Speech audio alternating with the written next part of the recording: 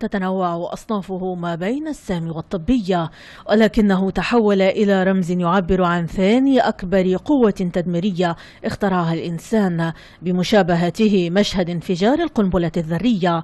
فالطاقة المتجددة التي يفترض أنها اكتشاف خير لصالح البشرية انقلبت إلى قنبلة ذرية أسفرت عن محو مدن بالكامل عن الخريطة ومقتل حوالي 74 ألفا من المدنيين الأبرياء.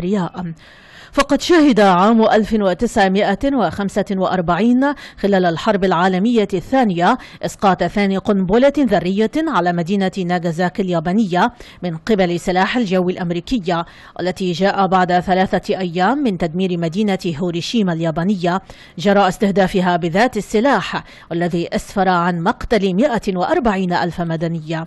التدمير الكامل للمدينتين أجبر الإمبراطورية اليابانية على الاستسلام والقبول بشروط الولايات المتحدة الأمريكية خوفا على مدنها من مواجهة ذات المصير. واليوم في الذكرى 70 لإلقاء القنبلة احتشد آلاف اليابانيين في ساحات المدينة لإحياء ذكرى الهجوم الذري الذي دمر 80% من المدينة، والتي كان من بينها كاتدرائية يوراكامي الشهيرة، وذلك من خلال وقوف سكان المدينة دقيقة صمت ودق أجراس الكنائس وصفارات الإنذار في كافة أنحاء المدينة.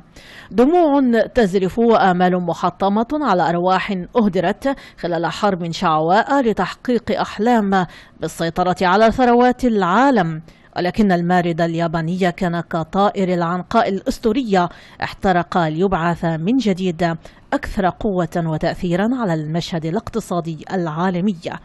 فلرب ضارة نافعة، وكما كان عيش الغراب رمزا للدمار، كما هو يحول اليابان إلى عملاق لا تخطئه. لقي 6 أشخاص على الأقل حتفهم بعد اصطدام طائرتين، إحداهما مروحية